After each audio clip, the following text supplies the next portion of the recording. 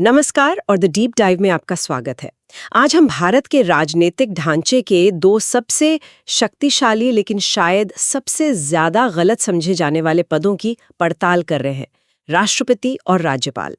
हमारे पास संविधान के कुछ नोट्स हैं, सुप्रीम कोर्ट के हालिया फैसले हैं और हाँ, कुछ आयोगों की रिपोर्टें भी हैं। तो मिशन ये है कि हम इन दो पदों के बीच के शक्ति संतुलन को समझें। मतलब बाहर से देखने पर तो ऐसा लगता है कि जो काम राष्ट्रपति केंद्र में करते हैं वही काम राज्य में, पर क्या वो सच में एक दूसरे की कार्बन कॉपी हैं? ये एक बेहतरीन सवाल है, क्योंकि यहीं पर हमारे संविधान की जो खूबसूरती है और जो जटिलता है वो सामने आती है। अच्छा। देखिए, भारत एक संघीय देश है, मतलब केंद्र और राज्य दोनों स्तरों पर सरकारें हैं।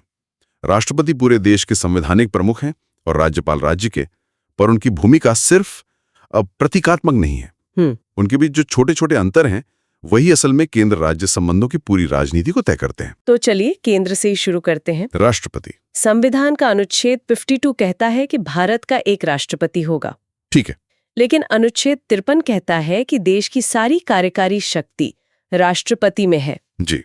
पर हम सब जानते हैं कि असली पावर तो प्रधानमंत्री के ऑफिस में होती है। जी। तो ये विरोधाभास क्यों? असल में ये हमारे लोकतंत्र का एक सेफ्टी वाल्व है। राष्ट्रपति एक तरह से उस सिस्टम के गार्डियन है। वो देखते हैं कि चुनी हुई सरकार संविधान की सीमाओं में रहकर ही काम करे। मतलब एक चेक और बैलेंस की तरह। बिल्कुल। वो नाम मात्र के प्रमुख हैं, पर उनकी मौजूदगी ही लोकतंत्र पर एक अंकुश का काम करती है। और इसीलिए उनको चुनने का तरीका भी बहुत अलग है। हाँ, उन्हें सीधे जनता नहीं चुनती। नहीं, जनता के चुने हुए प्रतिनिधि मतलब सांसद और विधायक वो मिलकर चुनते हैं। इसे इलेक्टोरल कॉलेज कहते हैं। और उनकी योग्यताओं में कुछ बेसिक बातें हैं, जैसे भारत का नागरिक होना, 35 साल की उम्र पूरी करना और वो किसी लाभ के पद पर ना हो। हाँ, ताकि निष्पक्षता बनी रहे। और अंत में भारत के चीफ जस्टिस उन्हें संविधान की रक्षा करने की शपथ दिलाते हैं। तो ये तो हुई प्रक्रिया, पर असली सवाल तो ये है कि इतनी बड़ी प्रक्रिया के बाद राष्ट्रपति के हाथ में असल में पावर होती कितनी है? क्या वो सिर्फ रबर स्टाम्प है? नहीं, बिल्कुल नहीं। चलिए उनकी शक्तियों पर आते हैं तो तस्वीर साफ हो जाएगी। सबसे पहले बात करते हैं कार्यकारी शक्तियों की। ठीक है।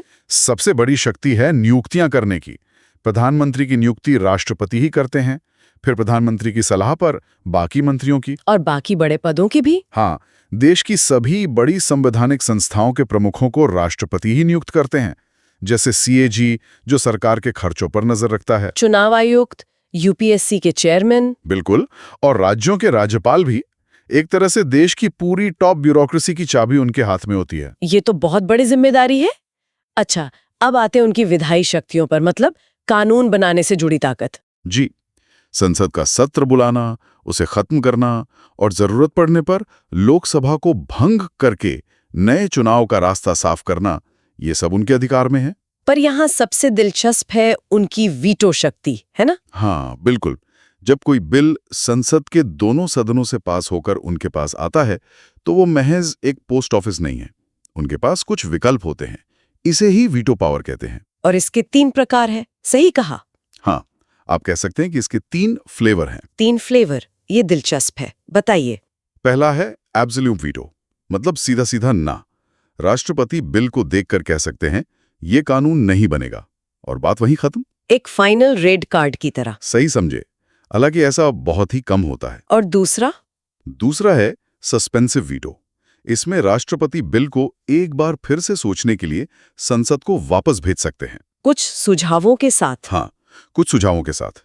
ये ऐसा है जैसे टीचर कहे तुम्हारा जवाब ठीक है, पर इसे और बेहतर बना सकते हो। लेकिन यहाँ एक शर्त है। शर्त क्या है? अगर संसद उस बिल को बिना किसी बदलाव के या बदलाव के साथ दोबारा पास करके भेज दे तो फिर राष्ट्रपति को उस पर साइन करना ही पड़ता है। अच्छा, तो ये पावर बस एक बार के लिए है। बस एक बार के लिए। और तीसरा फ्लेवर, जो शायद सबसे ज्यादा चर्चित है, पॉकेट वीटो। बिल्कुल। पॉकेट वीटो या जेबी वीटो। इसका मतलब है कि राष्ट्रपति बिल पर न तो हाँ कहते हैं ना कहते हैं, और ना ही उसे वापस भेजते हैं। तो फिर करते क्या है? वो बस उसे अपनी जेब में रख लेते हैं, मतलब अनिश्चित काल के लिए अपने पास रख लेते हैं। और संविधान में कोई समय सीमा नहीं है कि उन्हें कितने दिन में फैसला लेना है? कोई समय सीमा नहीं। और इसका एक बहुत मशहूर उदाहरण भी है। ज्ञानी जैल सिंह वाला? हाँ, 1986 में राष्ट्रपति ज्ञानी जैल सिंह ने भारतीय डाक संशोधन विधेयक पर इसका इस्तेमाल किया था। उस बिल में सरकार को चिट्ठियां रोकने और पढ़ने का अधिकार दिया जा रहा था, जिसका बहुत विरोध हो रहा था। बहुत ज्यादा।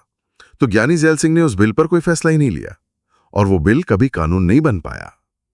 ये दिखाता है कि राष्ट्रपति चाहें तो एक चुनी हुई सरकार की इच्छा को भी रोक सकते हैं। अच्छा, तो ये तो बहुत बड़ी शक्ति हुई। और उनकी न्यायिक और आपातकालीन शक्तियों के बारे में क्या? न्यायिक शक्तियों में सबसे अहम है अनुच्छेद 72, यानी क्षमादान की शक्ति। राष्ट्रपति किसी भी अपराधी की सजा को माफ, कम या बदल सकते हैं। और वो मृत्युदंड भी माफ कर सकते हैं? ये राज्यपाल से एक बहुत बड़ा अंतर है ना? बिल्कुल, और ये बहुत महत्वपूर्ण अंतर है। ये दिखाता है कि संविधान राष्ट्रपति को जीवन और मृत्यु के मामलों में अंतिम अपील का केंद्र मानता है। राज्यपाल के पास ये शक्ति नहीं है। और फिर आती हैं आपातकालीन शक्तियां। इनमें से एक है अनुच्छेद 356, यानी राष्ट्रपति शासन। ये हमेशा से ही विवादों में रहा है। हाँ, ये शायद संविधान का सबसे ज्यादा दुरुपयोग किया गया प्रावधान है। ये शक्ति इसलिए दी गई थी कि अगर किसी राज्य में संवैधानिक व्यवस्था फेल हो जाए तो केंद्र दखल दे सके, हालात सुधार सके। लेकिन हकीकत में केंद्र सरकारों ने अक्सर इसका इस्तेमाल अपनी विरोधी पार्टी की राज्य सरकारों को गिराने के लिए किया है। लेकिन फिर एसआर बोम्मई केस में सुप्रीम कोर्ट ने इस पर लगाम लगाई। सही कहा। 1994 में एसआर बोम्मई मामले में सुप्रीम कोर्ट ने एक ऐतिहासिक फैसला दिया। कोर्ट ने कहा कि राष्ट्रपति शासन लगाने का फैसला मनमाना नहीं हो सकता। मतलब सरकार को सदन में बहुमत साबित करने का मौका दिए बिना बर्खास्त नहीं किया जा सकता। और सबसे बड़ी बात, राष्ट्रपति शासन लगाने के फैसले की न्यायिक समीक्षा हो सकती है। इस फैसले ने इस शक्ति पर एक मजबूत ब्रेक लगा दिया है। तो ये तो हुई केंद्र की कहानी। अब अगर हम इसी फ्रेमवर्क को लेकर राज्यों में चलें तो वहां हमें राज्यपाल मिलते हैं। हाँ। तो क्या वो भी राष्ट्रपति की कार्बन कॉपी है? नहीं, यहीं पर कहानी में बहुत बड़ा ट्विस्ट है। राज्यपाल की भूमिका दोहरी है और यही सारे विवाद की जड़ है। दोहरी भूमिका कैसे? एक तरफ वो राज्य के संवैधानिक प्रमुख हैं, जैसे राष्ट्रपति केंद्र के, लेकिन दूसरी तरफ वो केंद्र सरकार के प्रतिनिधि या कहें तो एजेंट भी हैं। एजेंट? हाँ, उनकी नियुक्ति राष्ट्रपति करते हैं, मतलब केंद्र सरकार करती है, और वो तब तक ही पद पर रहते हैं जब तक राष्ट्रपति उन्हें रखना चाहते हैं। उन्हें हटाने के लिए किसी महाभियोग की जरूरत नहीं है। तो फिर उनकी वफादारी राज्य के प्रति होनी चाहिए या केंद्र के? ये तो हितों का टकराव हुआ। यही सबसे बड़ा सवाल है। उनकी कार्यकारी शक्तियां राष्ट्रपति जैसी ही हैं। वो मुख्यमंत्री की नियुक्ति करते हैं, मंत्रियों को शपथ दिलाते हैं, लेकिन विधायी शक्तियों में मामला पूरी तरह से बदल जाता है। खासकर जब कोई बिल राज्य विधानसभा से पास होकर उनके पास आता है। बिल्कुल। राष्ट्रपति के पास 3 विकल्प थे, हाँ, ना या पुनर्विचार। राज्यपाल के पास क्या है? राज्यपाल के पास 4 विकल्प हैं। पहले 3 तो वही हैं, बिल्कुल सहमति देना, सहमति रोक लेना या पुनर्विचार के लिए वापस भेजना। और चौथा विकल्प ही वो ट्विस्ट है। वो किसी भी बिल को राष्ट्रपति के विचार के लिए आरक्षित कर सकते हैं। अच्छा, मतलब वो फैसला खुद न लेकर मामला सीधा दिल्ली भेज सकते हैं? सही समझे। और जो चीज राज्यपाल को राष्ट्रपति से बहुत अलग और कुछ मामलों में ज्यादा शक्तिशाली बनाती है, वो है उनकी विवेकाधीन शक्तियां। विवेकाधीन शक्तियां मतलब ऐसे फैसले जिनमें उन्हें मुख्यमंत्री की सलाह की जरूरत नहीं है। बिल्कुल, और आपका संदेश सही है। यही वो ग्रे एरिया है जहां सबसे ज्यादा राजनीति होती है। किसी बिल को राष्ट्रपति के लिए आरक्षित करना हो या राज्य में राष्ट्रपति शासन की सिफारिश करना हो, ये सब राज्यपाल के विवेक पर निर्भर करता है। और यहीं पर टकराव होता है, खासकर विधेयकों के मामले में। हाल ही में सुप्रीम कोर्ट को दखल देना पड़ा तमिलनाडु बनाम राज्यपाल मामले में। ये मामला क्या था? ये एक ऐतिहासिक मामला है जो राज्यपाल की शक्तियों की सीमाओं को फिर से परिभाषित करता है। हो ये रहा था कि कई राज्यों जैसे तमिलनाडु, केरल, पंजाब में राज्यपाल विधानसभा से पास हुए बिलों पर महीनों बल्कि सालों तक कोई फैसला नहीं ले रहे थे। मतलब एक तरह से पॉकेट वीटो का इस्तेमाल कर रहे हैं। हाँ, लेकिन सवाल यही था कि क्या वो ऐसा कर सकते हैं? और सुप्रीम कोर्ट ने बहुत सख्त लहजे में कहा कि राज्यपाल ऐसा नहीं कर सकते। कोर्ट ने क्या कहा? उन्होंने कहा कि अनुच्छेद 200 में जो सहमति रोक लेने की शक्ति है, उसका मतलब ये नहीं है कि आप बिल पर अनिश्चित काल तक बैठे रहें। कोर्ट ने कहा, आपको जल्द से जल्द फैसला लेना होगा। और अगर राज्य विधानसभा किसी बिल को दोबारा पास करके भेजती है तब? यहां कोर्ट का फैसला बिल्कुल स्पष्ट था। उन्होंने कहा कि यदि विधानसभा बिल को दोबारा पास करके भेजती है तो राज्यपाल के पास उसे सहमति देने के अलावा कोई विकल्प नहीं है। वो उसे दोबारा राष्ट्रपति के पास नहीं भेज सकते। ऐसा करना कानूनी रूप से गलत होगा, कोर्ट ने यही कहा था। बिल्कुल, ये राज्य की चुनी हुई विधानसभा की इच्छा का सम्मान है।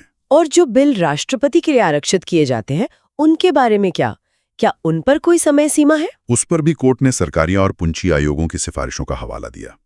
कहा कि राष्ट्रपति को भी उन पर 3 महीने के भीतर फैसला ले लेना चाहिए।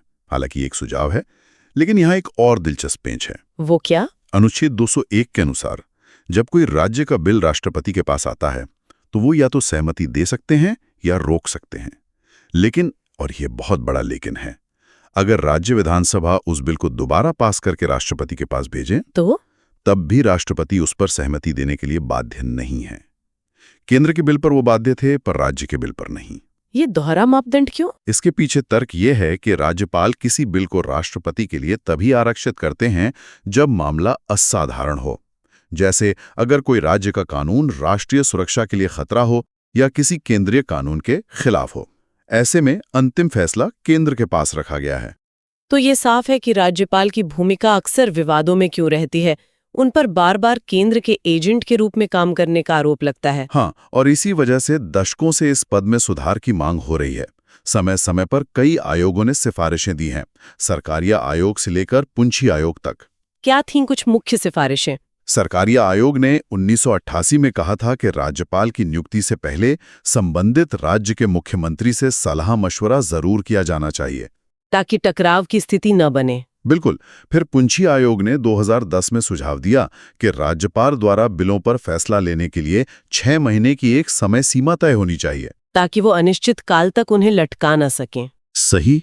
और वेंकटाचलैया आयोग ने तो यहां तक कहा था कि राज्यपालों की नियुक्ति के लिए एक कमेटी बनाई जानी चाहिए, जिसमें प्रधानमंत्री, गृह मंत्री, लोकसभा अध्यक्ष और संबंधित राज्य के मुख्यमंत्री भी शामिल हों, ताकि नियुक्ति प्रक्रिया राजनीतिक प्रभाव से दूर रहे।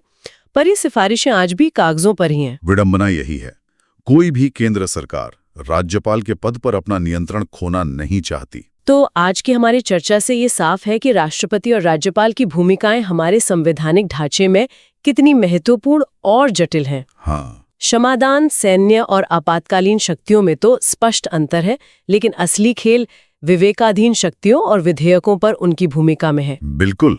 राष्ट्रपति संविधान के संरक्षक हैं, जबकि राज्यपाल संरक्षक होने के साथ साथ केंद्र के प्रतिनिधि भी हैं। और इसी दोहरी भूमिका में संतुलन बनाना उनकी सबसे बड़ी चुनौती है। और सुप्रीम कोर्ट के हालिया हस्तक्षेप ने राज्यपाल की शक्तियों पर कुछ सीमाएं जरूर लगाई हैं। हाँ, जिससे राज्य की चुनी हुई सरकारों की विधायी शक्ति की प्रधानता सुनिश्चित हुई है। ये केंद्र राज्य संबंधों के भविष्य के लिए एक बहुत ही महत्वपूर्ण कदम है। और जाते जाते श्रोताओं के लिए एक अंतिम विचार। चूंकि सर्वोच्च न्यायालय राष्ट्रपति और राज्यपाल दोनों के लिए कार्यकारी शक्ति की सीमाओं और समय सीमा को परिभाषित करने में एक बड़ी भूमिका निभा रहा है, ये भारत के संघीय संतुलन के भविष्य के बारे में क्या कहता है? क्या न्यायपालिका उन राजनीतिक विवादों में प्राथमिक मध्यस्थ बनती जा रही है जिन्हें संविधान ने शायद राजनीतिक रूप से हल करने का इरादा किया था? इस पर सोचिएगा जरूर।